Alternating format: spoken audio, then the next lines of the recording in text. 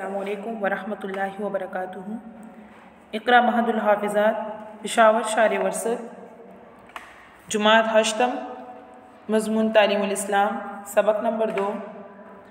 आज का हमारा सबक तालीमुल इस्लाम का हिस्सा 2 और उसका दूसरा शुबा शुरू होता है।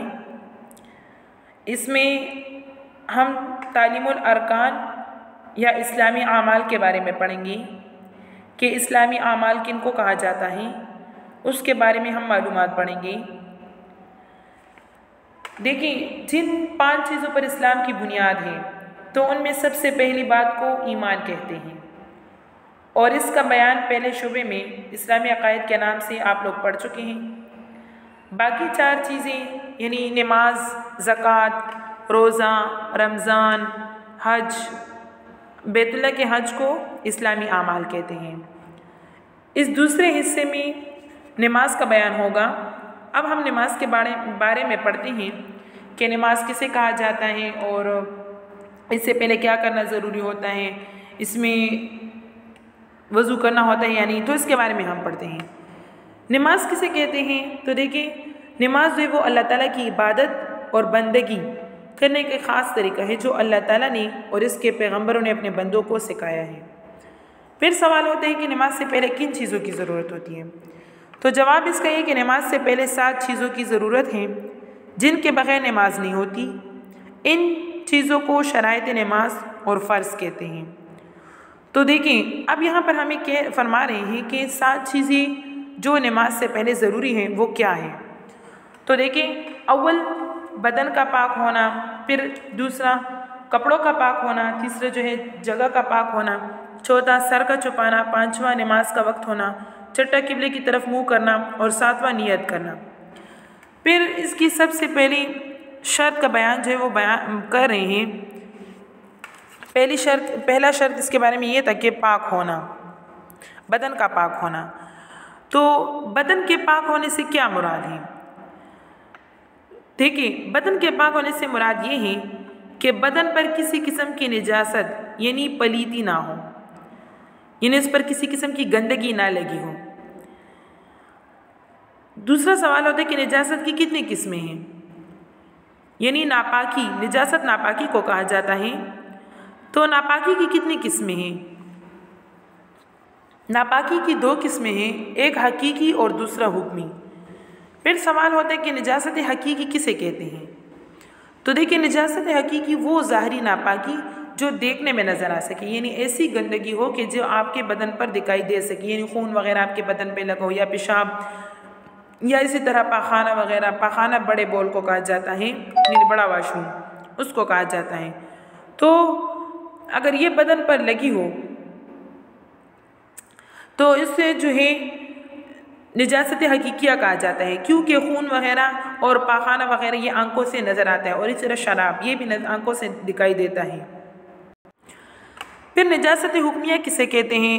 तो वो नापाकी जो शरीयत के हुक्म से साबित हो मगर देखने में ना आ सके, निजासत हुक्मिया कहलाता। मतलब ये है कि जिसका हुक्म शरीयत ने दिया हो कि इस चीज़ से जो है मतलब वज़ू टूट जाता है, इस चीज़ को नापाकी कहा जाता है। जैसे किसी का वज़ू ना हो तो वो हमें दिखाई तो नहीं देता कि इस पर जो है वो गंदगी लगी है या ये नापाक है, लेकिन वो हुक्मी तौर पर उस पर हुक्म ये लगा है कि ये नापाक है। जैसे बेवज़ू होना और गुस्ल की हाजत होना, यानी अगर कोई लड़की उसे हैज़ आ चुका हो और अभी तक उसने गुस्ल नहीं किया तो ये जो है ये निजासत हुक्मी है, यानी हुक्मी तौर पर उस पर निजासत लगी हुई है, तो इससे जो है वो वज़ू करना चाहिए।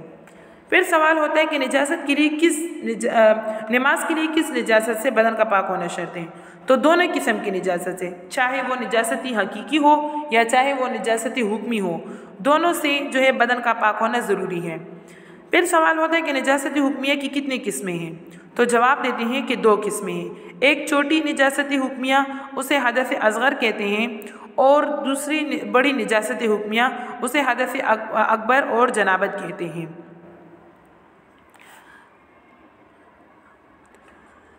यानी निजासत हुक्मिया उसे हदस असगर कहते हैं। हदस असगर ये है कि मतलब वज़ू किसी का ना हो तो इसको हदस असगर कहते हैं, क्योंकि ये छोटी निजासत है। और हदस अकबर यानी अगर किसी को जो है बड़ा वो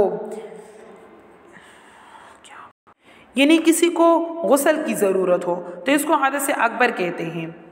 छोटी निजासत हुक्मिया से बदन पाक करने का क्या तरीका है? जवाब इसका ये कि छोटी निजासत हुक्मिया से बदन वज़ू करने से पाक हो जाता है। यानी अगर छोटी निजासत हुक्मिया यानी हदस असगर लगी हुई हो तो ये वज़ू कर लेता है तो उससे इसका बदन पाक हो जाता है। लेकिन अगर इसको हदस अकबर लाहिक हो कि मतलब इसको गुस्ल की ज़रूरत हो और तो ये वज़ू से साफ़ नहीं होगा, बल्कि ये गुस्ल करेगा तो तब साफ़ होगा।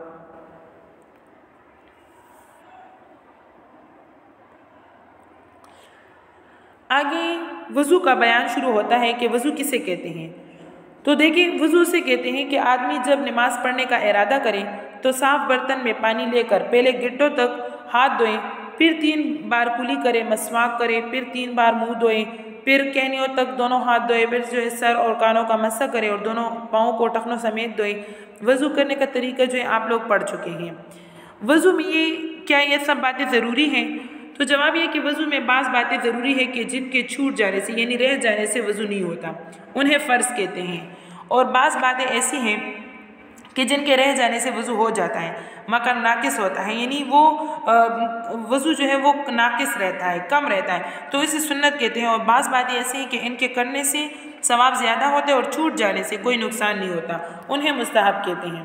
वज़ू में फ़राइज़ कितने हैं? वज़ू में 4 फ़राइज़ हैं। नंबर 1, पेशानी के बालों से टोड़ी के नीचे तक और एक कान से दूसरे कान तक मुंह धोना। नंबर 2, दोनों हाथों को कहनियों समेत धोना।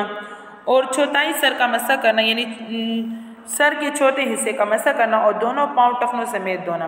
फिर वज़ू में सुन्नतें कितनी हैं? वज़ू में 13 सुन्नतें हैं। नंबर 1, नियत करना, बिस्मिल्लाह पढ़ना। नंबर 2, नंबर 3, पहले 3 बार दोनों हाथ गिट्टों तक धोना। फिर नंबर 4, मसवाक करना। नंबर 5, 3 बार कुली करना। नंबर 6, 3 बार नाक में पानी डालना। नंबर 7, दाढ़ी का खिलाल करना। नंबर 8, हाथ पाँव की उंगलियों का खिलाल करना। नंबर 9, हर उज़ू को 3 बार धोना। नंबर 10, 1 बार तमाम सर का मसा करना, यानी भीगा हुआ हाथ फेरना। नंबर 11, दोनों कानों का मसा करना। नंबर 12, तरतीब से वज़ू करना। नंबर 13, पे दर पे वज़ू करना और हर एक वज़ू जो है वो खुश्क ना होने पाए और दूसरा धो लें। फिर सवाल होता है कि वज़ू में मुस्तहब कितने हैं? तो वज़ू में 5 मुस्तहब हैं। दाएं तरफ से शुरू करना है, बाज़ उलमा ने इसे सुन्नतों में शुमार किया है और यही कवी है। नंबर 2, गर्दन का मसा करना। नंबर 3, वज़ू के काम को ख़ुद करना, यानी वज़ू में किसी से मदद नहीं लेना कि आपको दूसरा पानी डाले और आप जो है वज़ू कर दी जाए, तो ऐसे नहीं करना। नंबर 4, किबले की तरफ मुँह करके बैठना। नंबर 5, पाक और ऊंची जगह पर बैठकर वज़ू करना।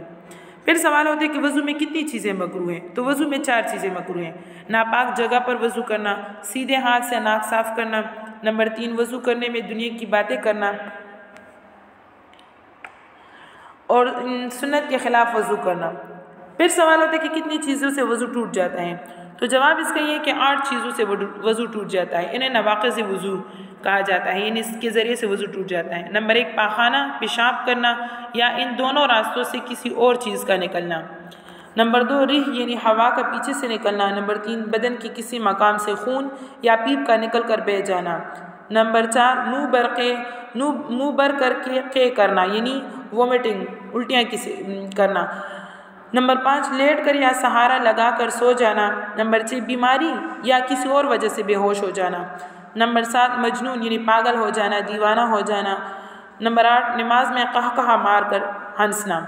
इससे नमाज जो है वो वज़ू जो है वो टूट जाता है। अब आगे गुस्ल का बयान होता है।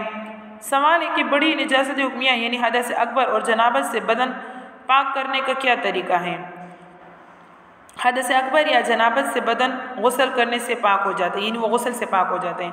फिर गुस्ल किसे कहते हैं? गुस्ल नहाने को कहते हैं, मगर नहाने का शरीयत में एक ख़ास तरीका है। वो तरीका क्या है? तरीका ये है कि अव्वल दोनों हाथ गिट्टों तक धो ले, फिर इस्तिंजा करे और बदन से हकीकी निजासत यानी अगर बदन पर कोई निजासत वगैरह लगी हो, गंदगी लगी हो तो उसको धो डाले, फिर वज़ू करे और फिर तमाम बदन को थोड़ा पानी डालकर हाथ से मल ले। फिर सारे बदन पर 3 मरतबा पानी बहाए और कुली करें और नाक में पानी डालें। गुस्ल में फ़राइज़ कितने हैं? 3 फ़राइज़ हैं, कुली करना, नाक में पानी डालना, तमाम बदन पर पानी बहाना।